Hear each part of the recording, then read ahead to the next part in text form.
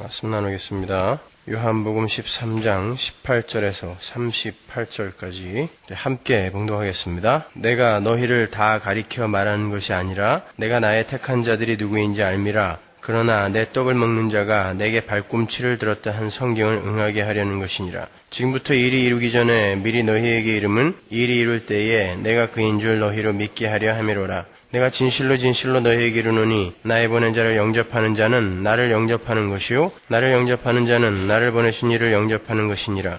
예수께서 이 말씀을 하시고 심령에 민망하여 증거하여 가라사대 내가 진실로 진실로 너희에게 이르노니 너희 중 하나가 나를 팔리라 하시니 제자들이 서로 보며 뉘게 대하여 말씀하시는지 의심하더라. 예수의 제자 중 하나 곧 그의 사랑하시는 자가 예수의 품에 의지하여 누웠는지라. 시몬 베드로가 머리짓을 하여 말하되 말씀하신 자가 누구인지 말하라 한데 그가 예수의 가슴에 그대로 의지하여 말하되 주여 누구오니이까. 예수께서 대답하시되 내가 한 조각을 찍어다가 주는 자가 그이니라 하시고 곧 한 조각을 찍으셔다가 가룟 시몬의 아들 유다를 주시니 조각을 받은 후 곧 사단이 그 속에 들어간지라. 이에 예수께서 유다에게 이르시되 내 하는 일을 속히 하라 하시니 이 말씀을 무슨 뜻으로 하셨는지 그 앉은 자 중에 아는 이가 없고 어떤 이들은 유다가 돈꾀를 맡았으므로 명절에 우리의 쓸 물건을 사라 하시는지 혹 가난한 자들에게 무엇을 주라 하시는 줄로 생각하더라. 유다가 그 조각을 받고 곧 나가니 밤이로라. 저가 나간 후에 예수께서 가라사대 지금 인자가 영광을 얻었고 하나님도 인자를 인하여 영광을 얻으셨도다. 만약 하나님이 저로 인하여 영광을 얻으셨으면 하나님도 자기로 인하여 저에게 영광을 주시리니 곧 주시리라. 소자들아 내가 아직 잠시 너희와 함께 있겠노라. 너희가 나를 찾을 터이나 그러나 일찍 내가 유대인들에게 너희는 나의 가는 곳에 올 수 없다고 말한 것과 같이 지금 너희에게도 이르노라. 세 계명을 너희에게 주노니 서로 사랑하라. 내가 너희를 사랑한 것 같이 너희도 서로 사랑하라. 너희가 서로 사랑하면 이로써 모든 사람이 너희가 내 제자인 줄 알리라. 시몬 베드로가 가로되 주여 어디로 가시나이까? 예수께서 대답하시되 나의 가는 곳에 내가 지금은 따라올 수 없으나 후에는 따라오리라. 베드로가 가로되 주여 내가 지금은 어찌하여 따를 수 없나이까? 주를 위하여 내 목숨을 버리겠나이까? 예수께서 대답하시되 내가 나를 위하여 내 목숨을 버리겠느냐? 내가 진실로 진실로 내게 이르노니 닭 울기 전에 내가 3번 나를 부인하리라. 아멘. 우리는 지난주에 유다의 이야기를 통해서 바로 그 유다가 우리의 모습을 대표하여 상징으로 담고 있는 사람이었음을 봤습니다. 우리가 바로 이 세상의 힘과 권세를 위해서 예수를 이용하려 했던 자들이었고 우리가 자신들의 기대에 부응하지 못하는 예수를 판 자들이었으며 또 우리가 그분을 십자가에 못 박았던 자들이었고 우리가 바로 유다처럼 창자가 터져주고 마땅한 자들이었음도 확인을 했어요. 오늘은 예수님께서 인용하신 시편 41편의 말씀을 집중적으로 분석을 함으로 해서 우리에게 부어진 하나님의 은혜의 풍성함 속으로 더 깊이 들어가 보도록 하겠습니다. 오늘 본문 18절을 보시면 유다라는 사람의 존재와 그 역할은 이미 구약에 기록이 되어 있었다는 것을 알 수 있어요. 본문 18절 보겠습니다. 내가 너희를 다 가리켜 말하는 것이 아니라 내가 나의 택한 자들이 누구인지 알미라. 그러나 내 떡을 먹는 자가 내게 발꿈치를 들었다 한 성경을 응하게 하려는 것이니라. 그래놓고 떡을 찍어 주시기까지 하시죠. 이것은 주님이 다윗의 시인 시편 41편을 인용하신 말씀입니다. 시편 41편 9절로 가볼게요. 나의 신뢰하는 바 내 떡을 먹던 나의 가까운 친구도 나를 대적하여 그 발꿈치를 들었나이다. 자, 시편은 총 5권의 책으로 구성이 되어 있다고 제가 설명을 드렸어요. 그중 제1권이 시편 1편에서 몇 편까지? 41편까지가 1권입니다. 그러니까 지금 주님께서 인용하신 시편은 시편 1권의 마지막 시편인 거예요. 시편 1권은 하나님의 언약을 확인하는 시편들이라 그랬죠. 하나님은 시편 1권을 통해서 하나님께서 여자의 후손인 메시아를 보내셔서 그 백성들을 구원하시겠다는 당신의 언약을 확인시켜 주세요. 여러분도 아시다시피 구약에서 그 메시아를 예표하는 대표적인 인물은 누구예요? 다윗이죠. 그래서 이 시편 1권은 41편 모두 다윗의 시편이에요. 우리는 그러한 다윗의 시편들을 보면서 하나님의 언약이 예수 그리스도의 삶을 주관하셨던 것처럼 하나님의 언약이 메시아를 상징했던 인물인 다윗과도 함께 했다는 것을 알 수 있어요. 시편 22편 같은 거 보면은 다윗의 삶과 예수님의 삶이 정확하게 일치한다는 것을 우리가 알 수 있죠. 잘 보시면 시편 1권의 첫 번째 시편과 마지막 시편이 같은 어구로 시작이 되고 있다는 것을 알 수 있어요. 그걸 무슨 구조라고 그랬어요? 수미 쌍관, 수미 일치. 그래서 인클루지오 기법이라고 그랬죠. 시편 1편 1절 보세요. 복 있는 사람은 악인의 꾀를 좇지 아니하며 주행인의 길에 서지 아니하며 오만한 자의 자리에 앉지 아니하고. 1권의 마지막 41편 보세요. 빈약한 자를 권고하는 자가 복이 있으며 재앙의 날에 여호와께서 저를 건지시리로다. 둘 다 어떤 말로 시작해요? 둘 다 똑같이 Blessed is the man으로 시작이 돼요. 히브리어로는 아슈레이 하이시예요. 직역을 하면 그 사람의 복이요 복 있는 자요 라는 뜻이에요. 이렇게 시편 1권은 진정한 복 있는 자 예수 그리스도가 참된 승리자로 서게 될 것임을 기록하고 있는 책이에요. 그리고 그 메시아로부터 복 있는 자인 메시아로부터 또 그 복 있는 자의 지체인 복 있는 자들이 창조가 될 것임을 기록하고 있는 거예요. 그 복 있는 자와 방불한 복 있는 자들이 복 있는 자에 의해 창조가 될 것이다가 시편 1권의 주제인 것입니다. 그런데 그 참된 승리자가 가까운 친구의 배신으로 곤란을 당하게 되는 거예요. 그리고 그러한 친구의 배신으로 순환을 받고 결국 참된 승리자의 자리로 등극을 하게 되는 거예요. 그래서 1권의 마지막에 친구의 배신이라는 내용이 들어가 있는 거예요. 그렇다면 이 시편 41편의 배신자와 그 배신자의 행위를 규명을 해보면 오늘 본문의 이해가 훨씬 쉽겠죠? 그렇게 되면 오늘 본문에서 왜 예수님이 굳이 이 시편 41편의 말씀을 인용하셔서 유다를 묘사하셨는지 확실하게 알게 되지 않겠습니까? 그렇게 연결이 될 거 아니에요. 이 시편 41편은 다윗이 병상에서 기록을 한 시예요. 그건 41편을 쭉 읽어보면은 시 안에 나와요. 그 내용이. 다윗이 병상에 있을 때 누군가에게 배신을 당한 일이 있어요. 언제죠? 바로 아들 압살롬에게 배신을 당했을 때예요. 그러니까 이 시는 다윗이 아들 압살롬에게 박해를 받던 시기에 쓴 시예요. 압살롬은 다윗이 오랫동안 병상에 누워있는 기회를 이용해서 이스라엘 백성들에게 공정한 재판관으로 자처하면서 이스라엘 군민들의 지지를 얻어냈고 급기야 다윗의 가장 친한 친구 중 한 사람이었던 아히도벨과 함께 반역을 일으켰어요. 이렇게 다윗이 가장 사랑했고 신뢰했던 아들 압살롬과 가장 신뢰했던 친구 아히도벨이 배신을 함으로 해서 다윗은 병상에서 일어나서 신발도 못 신고 도망을 가는 그런 신세가 됐죠. 그러나 다윗은 끝까지 아들 압살롬을 보호하려고 해요. 사무엘 상하 읽어보시면 잘 나오죠. 그러나 그 아들 압살롬은 요압에게 살해를 당하죠. 요압은 다윗의 입의 혀처럼 움직였던 자였지만 결국 다윗에게 큰 해를 가한 그런 아주 위해한 인물이었어요. 그리고 아히도벨은 유다처럼 목을 메어 자살을 해요. 유다의 이야기와 아주 흡사하죠. 그때 다윗이 어떤 행동을 취했는지 한번 보세요. 사무엘하 19장 4절 보세요. 왕이 얼굴을 가리우고 큰 소리로 부르되 내 아들 압살롬아 압살롬아 내 아들아 하니. 복 있는 자의 상징인 다윗이 이 세상의 복을 쫓아서 자신을 배신한 아들의 이름을 애타게 부르고 있어요. 예수와 유다의 모습인 거예요. 그러나 압살롬과 아히도벨은 유다와 마찬가지로 다윗의 은총을 받을 수 없는 불귀의 객이 되고 말죠. 그런데 이렇게 자신을 배신한 아들의 이름을 애타게 부르는 또 다른 이가 창세기에 등장하는데 거기 어디죠? 창세기 3장이죠. 9절 보세요. 여호와 하나님이 아담을 부르시며 그에게 이르시되 네가 어디 있느냐 아담아 아담아 부르고 계세요. 하나님이 가로되 내가 동산에서 하나님의 소리를 듣고 내가 벗었으므로 두려워하여 숨었나이다. 가라사대 누가 너의 벗었음을 내게 고하였느냐 내가 너더러 먹지 말라 명한 그 나무 실과를 네가 먹었느냐. 아담이 가로되 하나님이 주셔서 나와 함께 하신 여자 그가 그 나무 실과를 내게 주므로 내가 먹었나이다. 여호와 하나님이 여자에게 이르시되 내가 어찌하여 이렇게 하였느냐. 여자가 가로되 뱀이 나를 꿰므로 내가 먹었나이다. 여호와 하나님이 뱀에게 이르시되 내가 이렇게 하였으니 내가 모든 육축과 들의 모든 짐승보다 더욱 저주를 받아 배로 다니고 종신토로 흙을 먹을지니라. 내가 너로 여자와 원수가 되게 하고 너의 후손도 여자의 후손과 원수가 되게 하리니 여자의 후손은 내 머리를 상하게 할 것이요 너는 그의 발꿈치를 상하게 할 것이니라 하시고. 자, 압살롬의 이야기에서 등장하는 내 아들 압살롬아, 내 아들 압살롬아 하는 아버지의 부르심과 발꿈치라는 단어가 동일하게 여기 등장하죠. 그렇죠? 성경에 발꿈치라는 단어는 딱 3번밖에 안 나와요.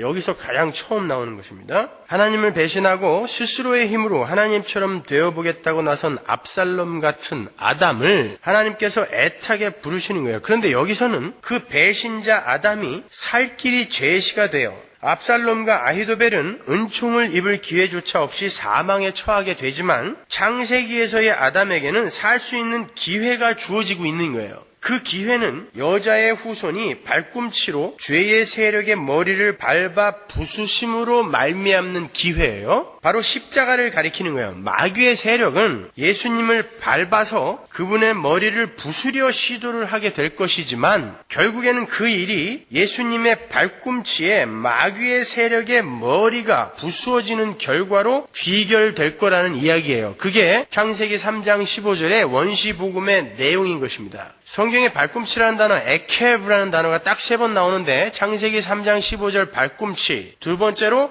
야곱과 에서의 이야기에서의 발꿈치, 야곱이 에서의 발꿈치를 잡죠. 에서의 발꿈치를 야곱이 무력하게 만드는 모양인 거예요. 붙드는 것입니다. 세 번째가 우리가 지금 공부하고 있는 시편 41편에 나와요. 딱 3번밖에 안 나와요. 그런데 그 셋 다 대반전의 이야기예요. 악의 세력은 항상 발꿈치로 하나님의 언약의 후손들을 밟으려 하는 자로 등장을 하고 하나님의 언약의 후손들이 결국 그 악의 세력의 머리를 발꿈치로 밟아 부수는 것으로 결론이 나게 되는 거예요. 뱀, 에서, 압살롬 모두 발꿈치를 들어서 자신이 섬겨야 할 자를 밟으려다가 결국 자신이 그 상대의 발꿈치에 밟히게 되는 자들로 등장하는 거예요. 여기에서 시편 41편에서 발꿈치를 들다라는 어구는요, 그가 발꿈치를 크게 만들었다라는 의미예요. 직역을 하면은. 그 말은 종이 주인을 차버리고 큰 발로 차버리고 도망을 하는 모습에서 따온 표현이에요. 그래서 루터는 그 어구를 그가 발로 그를 밟았다라고 그것을 번역을 하기도 했어요. 의역을 해서. 정리를 하면 이런 것입니다. 언약의 후손은 이 세상에서 악의 세력의 발꿈치에 밟히는 모습으로 당하게 되는데 결국 그것이 하나님의 뜻 안에서 승리로 귀결이 되게 된다라는 말인 거예요. 성경이 메시아를 배반하는 세상 세력을 상징하는 압살롬을 어떻게 묘사하는지 한번 보세요. 사무엘하 14장 25절. 온 이스라엘 가운데 압살롬같이 아름다움으로 크게 칭찬받는 자가 없었으니 저는 발바닥부터 정수리까지 흠이 없습니다. 압살롬은 이스라엘에서 가장 잘생기고 잘난 사람이었어요. 잘생기고 똑똑하고 지혜가 있었으며 지도력까지 갖춘 인물이었습니다. 오죽하면 성경이 그를 가리켜서 발바닥부터 정수리, 머리 꼭대기까지 흠이 없는 자였다라고 이야기를 해요. 그러한 자가 아버지를 배반하고 스스로가 왕이 되겠다고 나선 거예요. 그게 바로 유다이며 잘난 바리새인들이며 뱀과 아담이에요. 아울러 그 모습은 하나님마저 종으로 부려서 자신들의 목적을 성취해내려 하는 목이 곧은 우리의 모습이기도 한 거예요. 창세기 3장 1절이 에덴 동산의 뱀을 가리켜서 가장 간교했다 그러죠. 교활했다라는 말이 아닙니다. 그 간교하다라는 단어는 오히려 아룸이라는 그 단어는 현명하다, 지혜롭다라고 더 많이 쓰이는 단어예요. 그러니까 뱀은 에덴 동산의 짐승들 중에 아주 뛰어난 짐승이었던 것입니다. 그래서 하와가 뱀하고 어울렸던 거예요. 그렇게 뛰어난 하나님 앞에서조차 자신의 잘남을 인정받고 싶어하는 그들이 아버지의 머리를 밟아보겠다고 나선 거예요. 그러나 결국 그 전쟁은 아버지의 승리로 끝이 나고 그 배신자들은 처참한 결국을 맞이하게 되는 거예요. 그렇게 인간들은 하나님 아버지 앞에서 강한 자로 서려 하면 안 되는 것입니다. 우리의 약함에서 하나님의 강함이 드러나야 하는 것이 창조의 질서예요. 그것이 바울 신학의 중요한 한 축이기도 해요. 약할 때 강함이 되신다라는 것이 인간이 하나님 앞에서 아름답고 지혜롭고 용감하고 유명한 자로 서게 되면 곧바로 타락의 길로 접어들게 되는 거예요. 그래서 성경이 하나님의 심판의 근거로 거인, 네피림, 유명한 자, 용사를 지목한 거죠. 창세기 6장으로 가서 한번 확인하고 갈게요. 4절.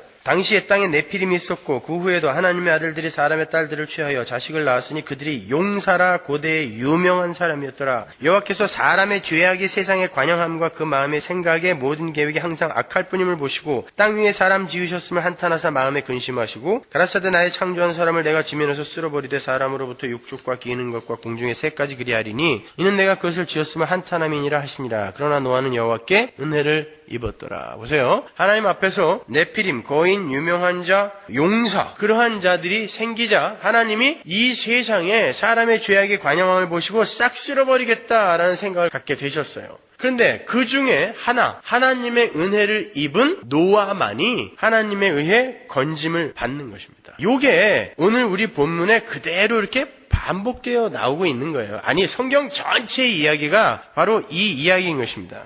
하나님의 백성은 하나님 앞에서 용사요, 유명한 자요, 아름다운 자로 서는 것이 아니라 티끌이요, 아무것도 아닌 자요, 순종하는 자로 서야 되는 거예요. 그걸 자기 부인이라고 하는 것입니다.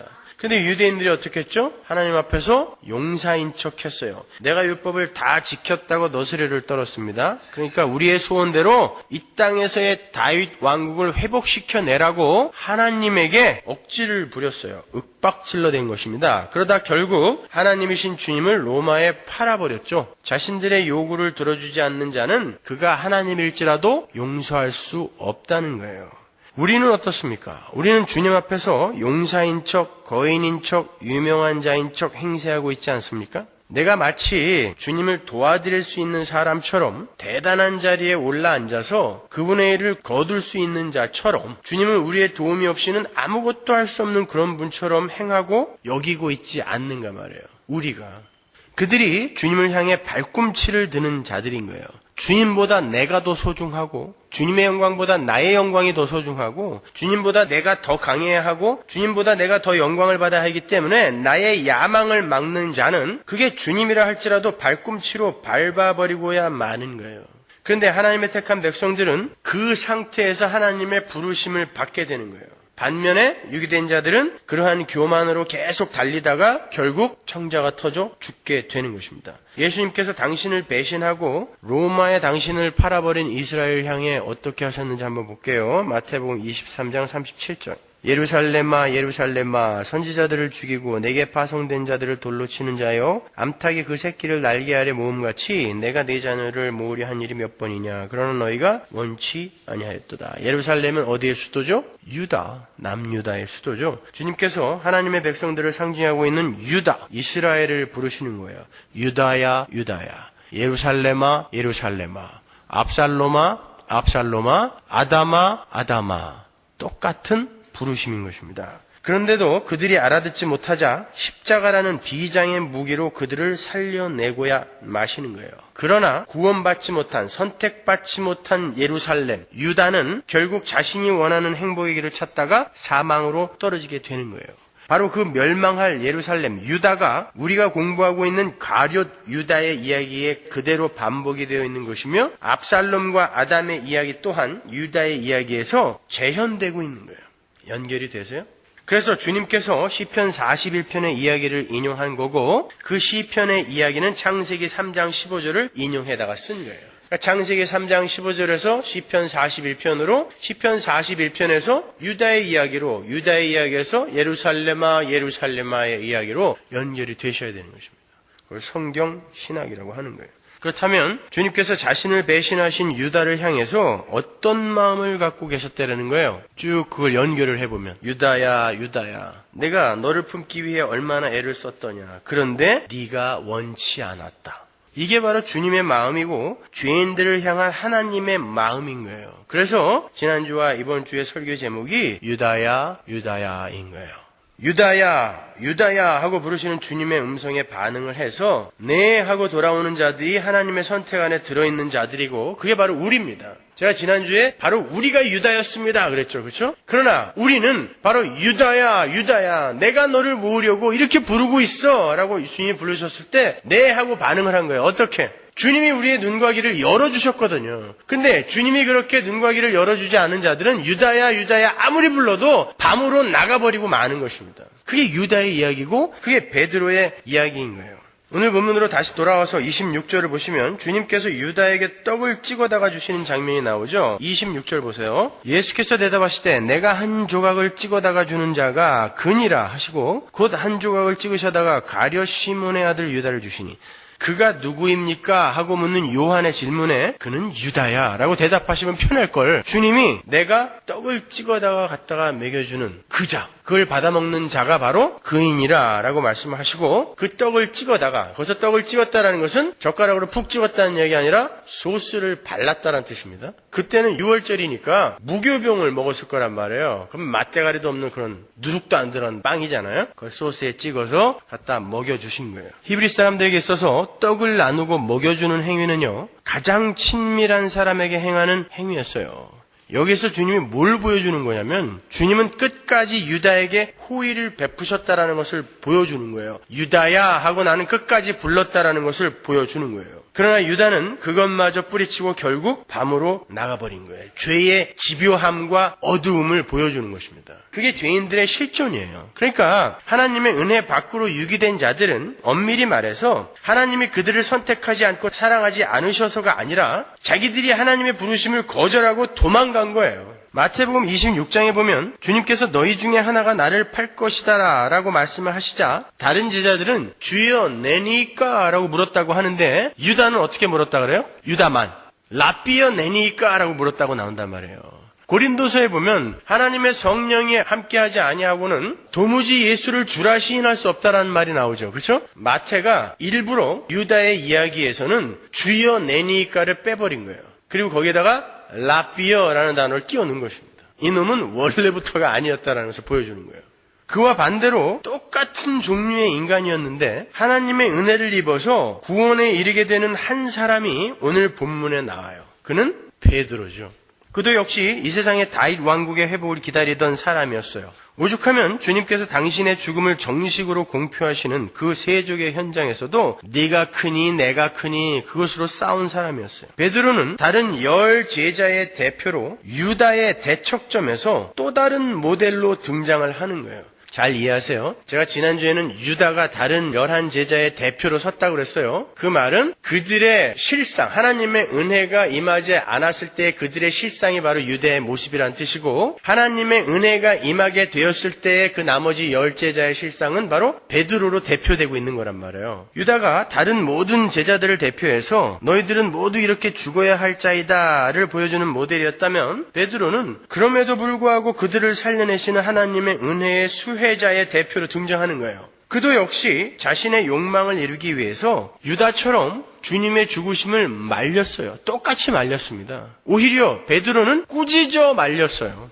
그 꾸짖다라는 단어는 예수님이 풍랑을 꾸짖을 때 쓰는 단어라고 그랬죠. 근데 베드로가 예수님을 확 잡아챈 다음에 꾸짖으면서 말했어요. 왜 죽는다고 그러는 거예요 도대체? 당신이 죽으면 우리는 뭐예요?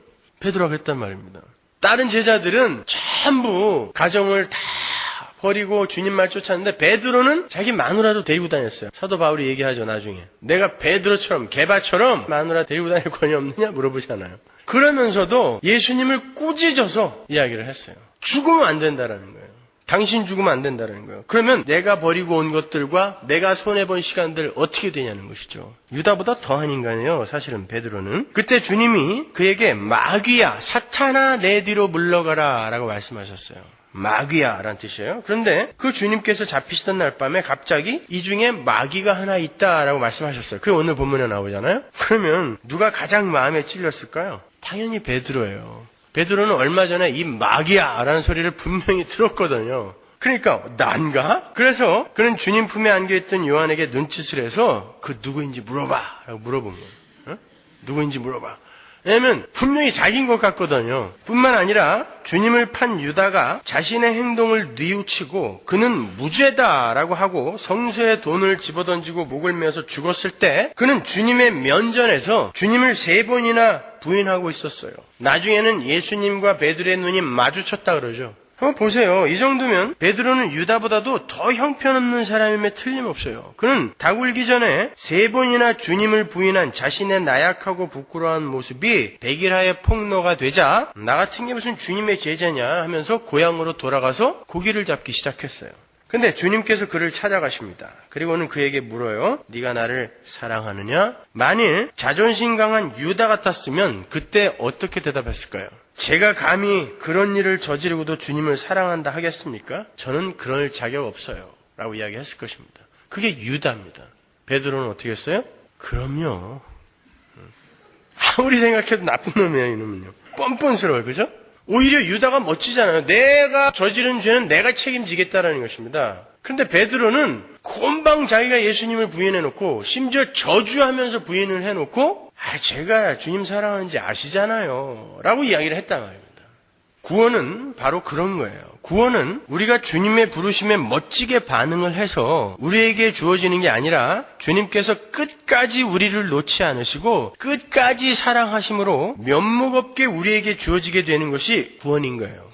그래서 오늘 본문 요한복음 13장이 예수님께서 당신의 백성들을 사랑하시되 끝까지 사랑하시니라가 나오는 거예요. 그리고 맨 끝에는 네가 나를 3번 부인하리라로 끝나는 거예요. 너희들은 분명히 나를 부인하고야 말 거지만 내가 끝까지 사랑할 거야가 13장입니다. 구원은 그런 거예요. 그래서 우리는 구원을 얻은 이후에도 수많은 시행착오와 실수와 넘어짐을 경험하게 되는 거예요. 그럼에도 불구하고 우리를 구원하신 하나님의 은혜의 크심이 우리 안에서 직접 경험이 되는 거예요.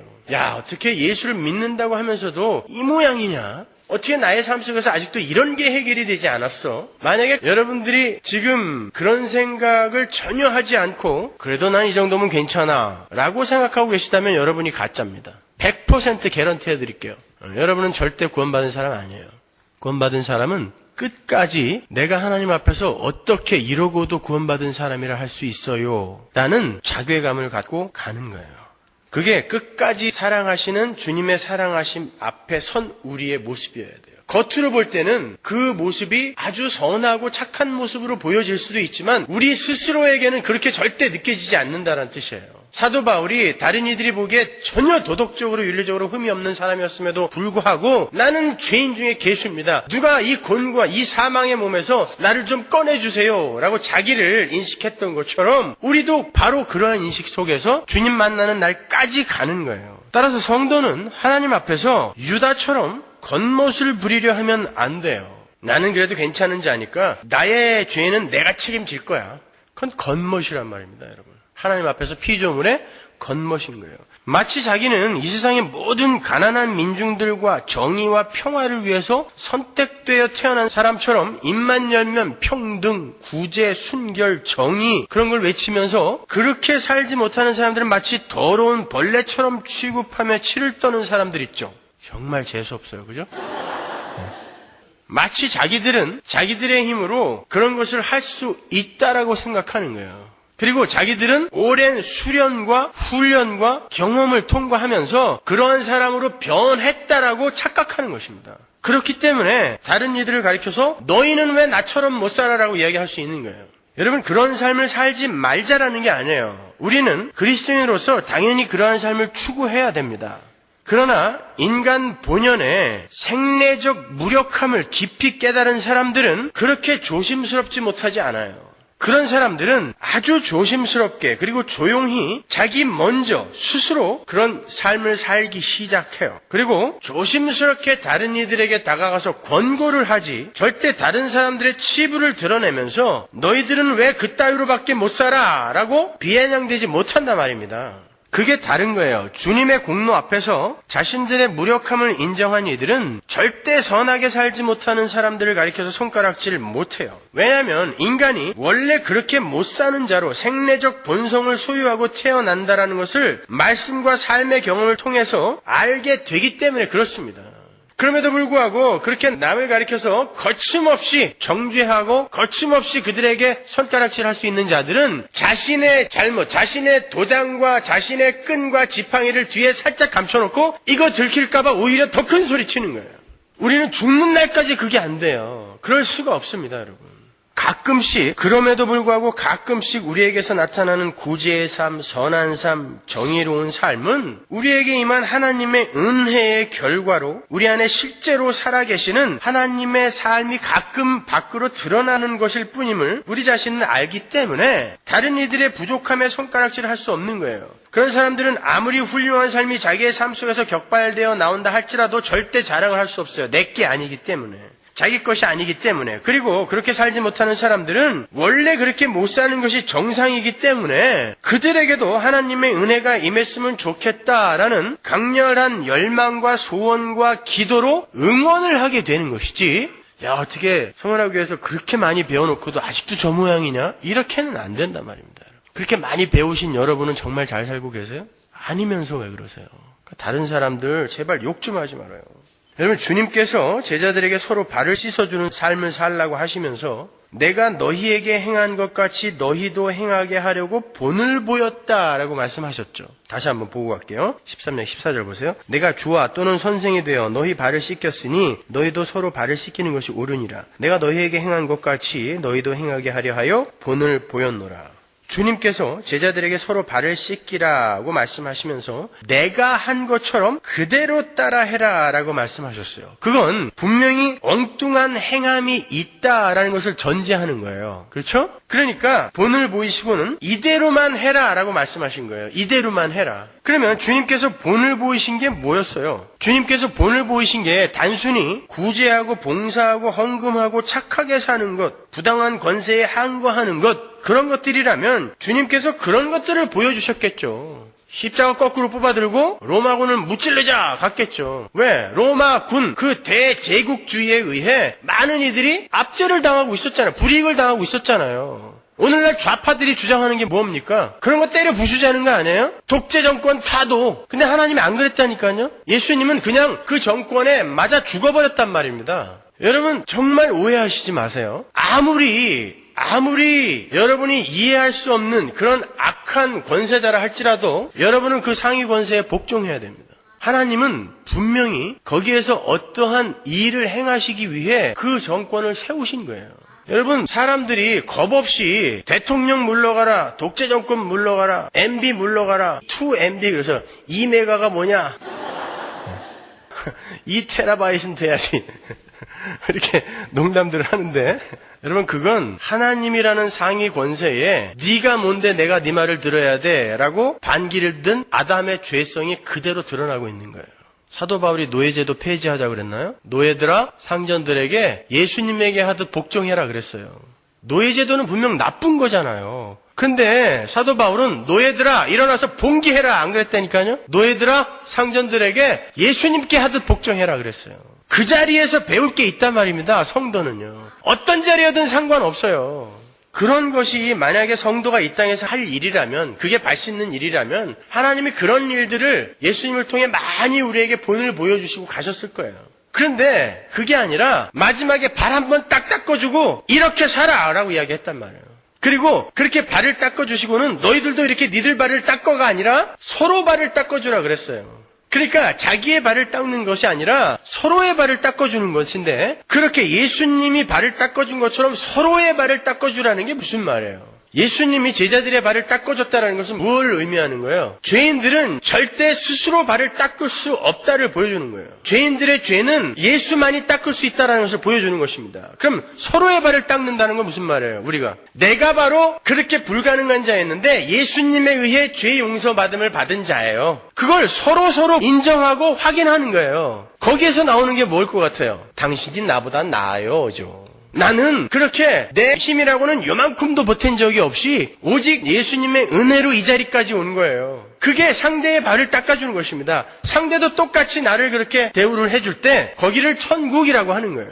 그걸 이웃 사랑이라고 하는 것입니다. 그걸 다른 말로 용서라고 하는 거고, 그걸 다른 말로 섬김이라고 하는 거예요. 그러니까 성령의 열매 9가지도 좋고 10가지도 좋고 15가지라도 괜찮아요. 모든 성령의 열매는 자기 부인이 근거되지 않으면 전부 쓰레기예요. 그래서 사도 바울은 심지어 사랑이 없이는 자기 몸을 불사르게 내어줘도 그건 아무것도 아니다 이야기한 것입니다. 아무리 신나게 얹고 민주화를 위해 내 이 한 몸 불사르리라 개주고입니다. 성경이 이야기하는 바예요, 그것이. 투사 출신으로서 이런 말을 하는 것이 참 그렇지만 미리 제가 복음을 알았다면 절대 그런 짓 하지 않았을 거예요, 저는요. 적어도 성도는 촛불 들고 그렇게 쉽게 나서는 거 아니에요. 그거보다 더 먼저 해야 할 일이 분명히 있는 것입니다. 자, 예수님이 발을 씻기라고 하신 것은 섬김과 봉사의 차원을 넘어선 거예요. 거기에는 발 씻김을 당하는 자의 무력함이 이미 전제되어 있는 것입니다. 우리는 그러한 발 씻김의 삶을 통하여 우리가 하나님의 전적인 은혜로 이렇게 구원을 받은 사람이다라는 것을 인정하고 겸손의 자리로 내려가는 거예요. 나의 공로는 전혀 없고 오직 주님의 은혜로 존재하고 살아갑니다라는 항복의 삶을 사는 것입니다. 내가 바로 하나님 앞에서 용서를 받아야 할 자고 내가 바로 하나님 앞에서 사랑을 받아야 할 자인데 우리가 누구를 정죄하며 누구의 행위 위에 도덕적 상위자로 군림할 수 있어요. 내가 너보다 낫다라고. 따라서 발을 씻는 삶의 첫 번째 전제는 나의 발을 씻어주신 예수의 공로를 인정하는 자기 부인인 거예요. 거기에서 진정한 사랑이 나오는 것입니다. 그래서 발 씻는 이야기로 시작이 된 오늘 본문에 갑자기 새 계명이 등장하는 거예요. 사랑하라라는 새 계명. 본문 34절 보세요. 새 계명을 너희에게 주노니 서로 사랑하라. 내가 너희를 사랑한 것 같이 너희도 서로 사랑하라. 너희가 서로 사랑하면 이로써 모든 사람이 너희가 내 제자인 줄 알리라. 갑자기 이게 붙어있는 바람에 여러분 당황하지 않으셨어요?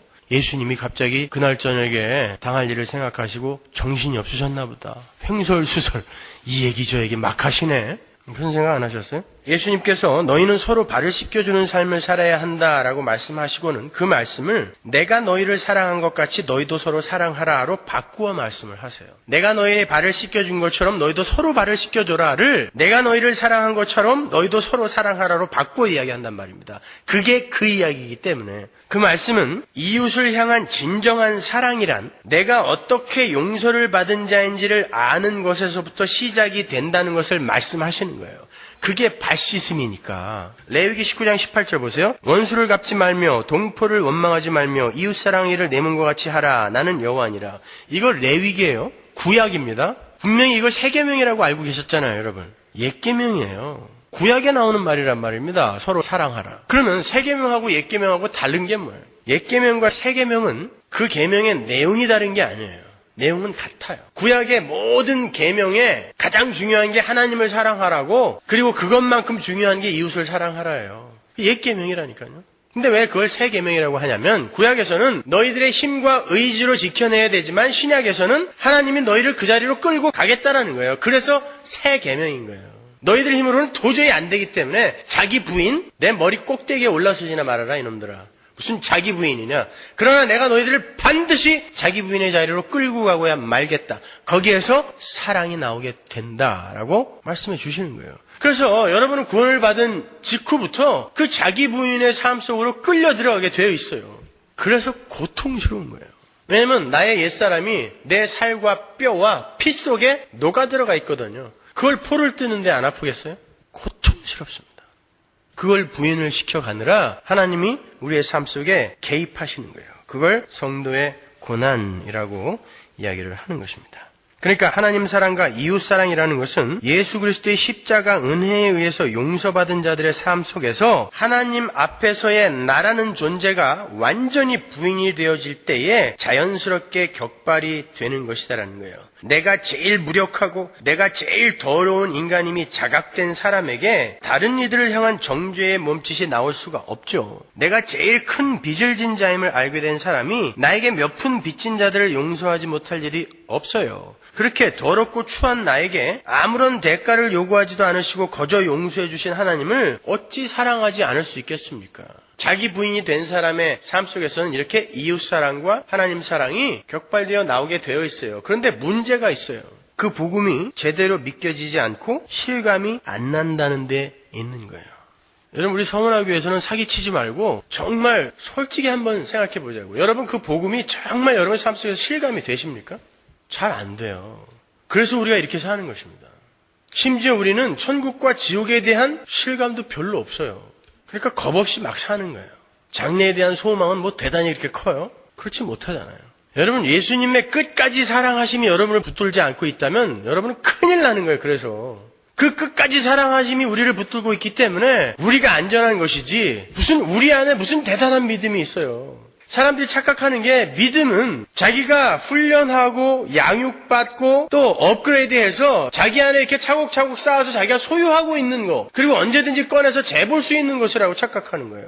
신앙이라는 건 그렇게 자기 안에 쌓아놓고 소유하는 게 아닙니다. 신앙은 total dependence, 신앙을 인디펜던스로 향하는 길이라고 생각하는 사람들이 있어요. 하나님, 나는 이제 이 정도 믿음이 됐으니까 이제 다른 사람이 신경 쓰세요. 저 정병주나 동규나 거기 가서 걔네들이나 잘 봐주세요. 나는 괜찮아요. 이제 믿음이 이만큼 됐으니까. 이걸 신앙의 성숙이라고 착각해요. 신앙의 성숙은 total dependence. 하나님, 가면 갈수록 어떻게 하나님 없이 나는 살 수가 없어요. 완전히 나는 당신한테 올인할 수밖에 없네요. 그게 신앙의 성숙입니다. 그런데 믿음을 자기 안에 쌓아서 자기가 이만큼 가지고 있다고 생각해요. 그래서 수시로 또 재봐, 자기들끼리. 그 믿음에 대한 정의조차 제대로 내리지 못하는 사람들을 무슨 성도라 그래요. 우리는 그렇게 복음도 제대로 실감하지 못하고 그렇게 하나님 나라에 대한 소망도 굳건히 붙을 수 없기 때문에 그 복음이 정말 우리에게 실감이 되어질 수 있도록 열심히 말씀을 배우는 거예요. 그리고 우리의 신앙생활 속에서 우리의 불가능함과 무력함을 계속해서 폭로당하는 거예요. 따라서 우리가 정말 우리의 힘으로 사심없이 사랑할 수 없다는 것을 배우기 위해서는 열심히 의지를 발동해서 사랑해야 돼요. 이게 기독교의 역설입니다. 여러분이 정말 하나님의 은혜가 없이는 나는 존재할 수 없는 자예요 라는 자기 부인, 그리고 나는 하나님의 은혜가 없이는 절대 사랑할 수 없는 자예요 라는 그러한 참 사랑을 내놓기 위해서는 여러분은 여러분의 의지를 발동하여 열심히 사랑해봐야 돼요. 많이 실패할 거예요. 자주 넘어질 거예요. 한 3달 됐어. 어휴, 내가 진짜 사랑할 수 있는 자가 됐구나. 한 방에 왕창 무너지죠, 또 언제. 그러면서 나는 아니구나를 깨닫는 거예요. 그런데 그렇게 의지를 발동하여 계속해서 할 수밖에 없어. 왜? 하나님이 내 안에서 소원을 두고 행하게 하시거든요. 행하게 하는데 계속 실패해. 근데 나는 계속 불편해요. 실패하기 때문에. 그걸 열심이라고 하는 거예요. 그걸 행함이라고 하는 거예요. 행해서 성공한 것을 행함이라고 하는 것이 아니라 내가 계속해서 불편해하고 고통스러워하면서 끊임없이 시도해보는 거. 그러나 계속 실패할 수밖에 없는 거. 그런데 그 속에서 하나님이 나를 부인해 가시면서 하나님의 사랑을 조금씩 드러낼 때 우리가 내 의지를 발동하여 사랑을 했더니 진짜 저 사람이 사랑하는 자가 됐구나라고 하나님이 쳐주시는 거예요. 그렇게. 그리고 사람들에게도 그렇게 보여지는 것입니다. 그걸 행함이라고 하는 거예요. 그래서 성화는 100% 우리가 하는 거고 100% 하나님이 한다라는 거예요. 100% 우리가 하고 100% 하나님이 한다 그러니까 하나님이 원하시는 그 분량까지 100% 내가 이루어내야 된다라고 생각하는 사람들이 있어요. 그건 안 된단 말입니다. 그걸 완전 성화라고 하는 거예요. 그건 이단이란 말입니다. 그건 안 된단 말이에요. 그럼 100% 우리가 한다라는 건 무슨 말이냐면 하나님이 거기까지 끌고 가실 때 100% 내가 내 몸으로 그걸 전부 감내해내야 된다라는 거예요. 그 실패, 넘어짐 내가 다 경험해내야 된다라는 거예요. 하나님이 나 의지와 상관없이 여기서 여기로 갖다 안 놓는다는 이야기인 것입니다. 그게 100% 내가 한다라는 뜻인 거예요. 그러니까 우리의 열심은 어떤 의미에 있어서는 실패하기 위한 열심이에요. 자기를 부인하기 위한 열심이어야 돼요. 그런데 나중에 보면 그것이 나를 성숙시키는 열심이 되어 있는 거예요. 하나님이 그걸 쓰셔서. 근데 우리가 뭘 했다고 자랑을 해요. 그러한 과정들을 전부 통과하고 종국에는 우리의 의지가 원하는 대로 사랑을 할 수 있는 자로 우리는 완성이 되는 것입니다. 거기를 하나님 나라라고 하는 거예요. 따라서 자기 부인이라는 신앙의 성숙의 자리에 깊이 들어간 사람일수록 사심없는 사랑을 할 수 있게 되는 거예요. 여러분은 지금 유다와 베드로 둘 중에 누구의 삶과 가깝습니까? 여전히 하나님 앞에서 이 세상과 자신의 가능성을 주장하고 계세요? 아니면 겸연쩍은 얼굴로 하나님의 은혜가 아니면 저는 늘 하나님의 명령과 하나님의 존재를 부인하면서 살 수밖에 없는 가련한 존재입니다. 절 좀 도와주세요. 라고 하면서 살고 계세요. 후자가 정말 강한 자인 것입니다. 하나님 없이는 저는 도저히 살 수 없어요. 그것이 신앙인 거예요. Total dependence. 왜 요한복음 13장이 예수님이 당신의 백성들을 끝까지 사랑하셨다로 시작이 되는지 이제 아시겠죠? 끝까지 사랑하심이라는 것은 배신을 전제하는 어구인 거예요.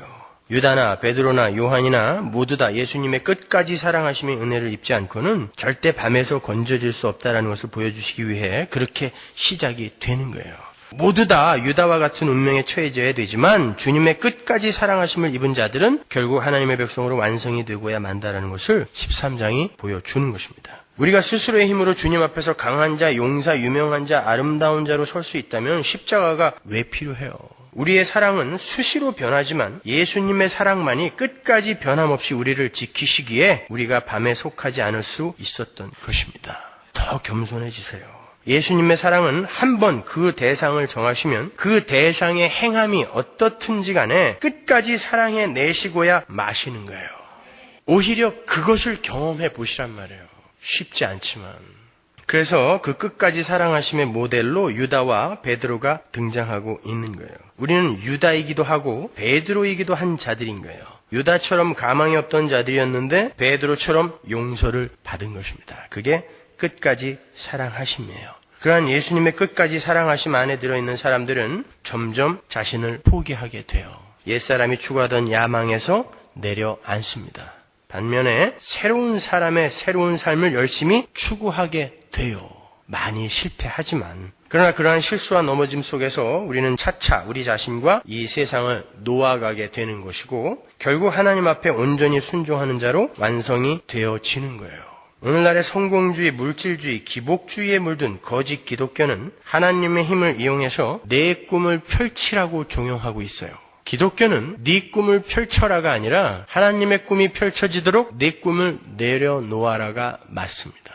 네 꿈을 접어라가 맞는 거예요. 오늘 본문에 보면 유다가 나가자마자 주님께서 영광을 얻었고 그것이 하나님께 영광이 되었다라고 나오죠. 유다가 나갔다라는 것은 이제 예수님이 십자가에서 죽으시는 것이 확정이 되었다라는 거예요. 이제 팔러 나간 거니까. 떡까지 찍어줬는데 나갔으니까 이제 끝난 것입니다. 그런데 그것이 자신의 영광이 되고 하나님께 영광이 되었다 그래요. 우리가 하나님의 영광을 부여받아서 하나님의 영광을 소유하게 되는 것은 예수님처럼 완전한 자기 부인이 되었을 때를 이야기하는 거예요. 우리는 거꾸로 생각하죠. 우리가 높은 자리에 올라가고 유명한 자가 되고 돈을 많이 벌면 우리가 영광을 받은 거고 그게 하나님께 영광이 된다라고 생각해요. 만약에 그게 영광이 되는 거라면 하나님은 아들이 출세한 것도 아니고 부자가 된 것도 아니고 로마의 황제가 된 것도 아니고 십자가에서 죽어버렸어요. 그런데 그게 어떻게 아버지에게 영광이 되겠습니까?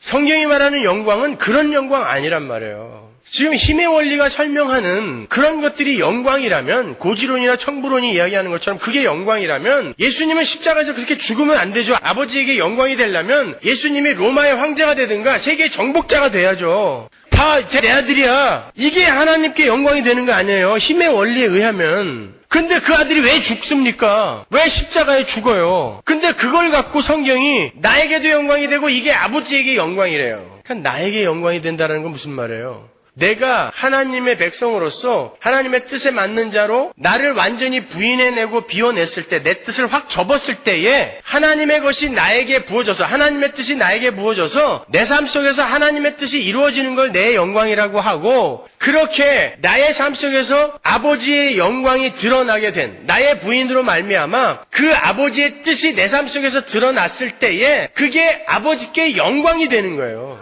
우리는 그런 영광을 추구하면서 살아야 되는 것입니다. 그런데 너나 할 것 없이 전부 고지 꼭대기에 올라가서 무슨 하나님의 일을 하겠다라는 건 도대체 어디서 나온 거냔 말이에요. 여러분, 오늘날 인간들이 추구하는 이 세상의 힘은 하나님께서 당신의 계획을 이루실 때까지 한시적이며 유한하게 부어놓으신 작은 복의 모형일 뿐이에요. 그것도 복은 맞아요. 이 세상의 모든 것이 하나님의 복으로 유지되는 거예요. 그러나 그건 하나의 작은 모형입니다. 아름다운 음악, 천국의 복의 모형이에요. 아름다운 미술, 천국의 복의 모형이에요. 나의 아름다운 아내, 천국의 모형이에요. 왜 웃으세요? 돈, 천국의 풍요의 하나의 모형이에요. 그런데 그건 제한적이며 한시적인 거예요. 언제든지 사라질 수 있는 거예요. 따라서 그것으로 우리가 하늘의 풍요를 눈치채고 유추할 수는 있지만 거기에 올인을 해버리면 진짜 복을 놓치게 되는 거예요. 바라크를. 그래서 지난번에 캐나다에서 지금 목회를 하고 계신 우리 조화문 선배님이 그런 얘기를 하더라고요. 굉장히 그분 부자거든요. 저희 동네 서문고등학교, 배문고등학교 이런 게 전부 그분 아버지 거고 대단한 재벌집이에요. 본인도 저희 동네 방배동에서 큰 극장을 운영하고 대단히 돈을 많이 버신 그런 분인데 목사가 돼서 토론토에서 목회를 하세요. 그런 말 하더라고요. 돈이나 명예 같은 것에서 오는 감사는 언제든지 사라질 수 있는 감사 아니겠습니까?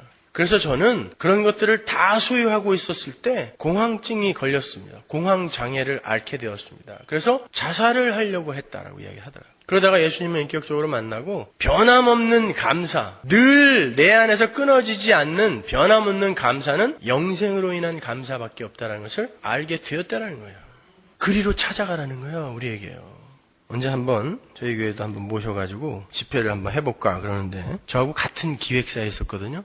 둘 다 망해갖고 둘 다 목사가 됐어요. 그래서 그 사장님에게 감사드려요, 늘. 하도 착취를 당해가지고.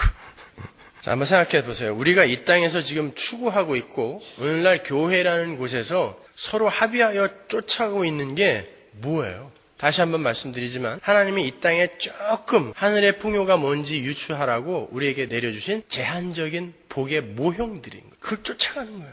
우리 영희하고 새별이 아빠하고 짜장면을 먹고 있었어요. 근데 열심히 먹다 보니까 닭광이 하나밖에 안 남았어요. 그래서 둘이 합의를 했어요. 뺨을 있는 힘껏 때려서 울지 않는 사람이 먹기로 하자. 그래서 정병주가 먼저 영희를 있는 힘껏 때렸습니다. 영희가 눈물이 쏟아지려고 하는 찰나에 꾹 참았어요. 반드시 이걸 먹고야 말리라. 그래서 꼭 참고 이제 형 차례야. 그리고 정병주의 뺨을 때리려고 하는데 정병주가 닭광을 딱 집어서 영희 입에다 넣어줬습니다. 그냥 너 먹어라. 그리고 아줌마를 불러서 아줌마 단무지 한 접시 더 주세요. 여러분 보세요. 눈만 조금 돌리면 우리 아버지가 준비해 놓은 엄청난 풍요가 있는데 이 땅에 이만큼 복이라고 모형으로 놔둔 닭광 조각 하나 같은 거 갖고 전 세계 인류가 거기에 달라붙어 갖고 이 악물고 서로 뺨 하나씩 지금 때리고 있는 거예요. 나 안 울었어. 그게 전쟁입니다. 그게 다툼이고 그게 분열이고 뭐가 달라요? 아버지에게 돌아서서 아버지 단무지 한 접시 더 주세요 그러면 아버지가 정말 그거와는 비교도 할 수 없는 풍요를 준비하고 있는데 그걸 보지 못하고 그걸 생각하지 못하고 그 닭광 쪼가리 하나 갖고 온 세계가 지금 다투고 있는 거예요. 성도는 적어도 거기에서는 벗어나야 되는 거 아니에요? 그렇게 내가 부인이 될 때 그리고 이 세상의 힘이 부인이 될 때 진정한 가치와 진짜 새로운 내가 자아가 나에게 정말 얼마나 소중한 것인지 오롯이 다가오게 되는 거예요. 그러니까 성도는 이 땅에서 뭐 하는 거예요? 자기 부인하는 거예요. 예수님의 끝까지 사랑하심 앞에서 항복하고 하나님의 사랑이 없으면 저는 큰일 날 뻔했습니다 라고 무릎 딱 꿇는 것입니다. 거기에서 진정한 선행과 착함과 섬김과 헌금과 봉사와 구제가 나오는 거예요. 그렇지 않고는 그 전부 죄입니다. 그러니까 여러분 매일매일 나를 부인하시고 내가 추구하고 있는 세상의 힘을 자꾸 의도적으로라도 내려놓으셔야 돼요. 기도하겠습니다.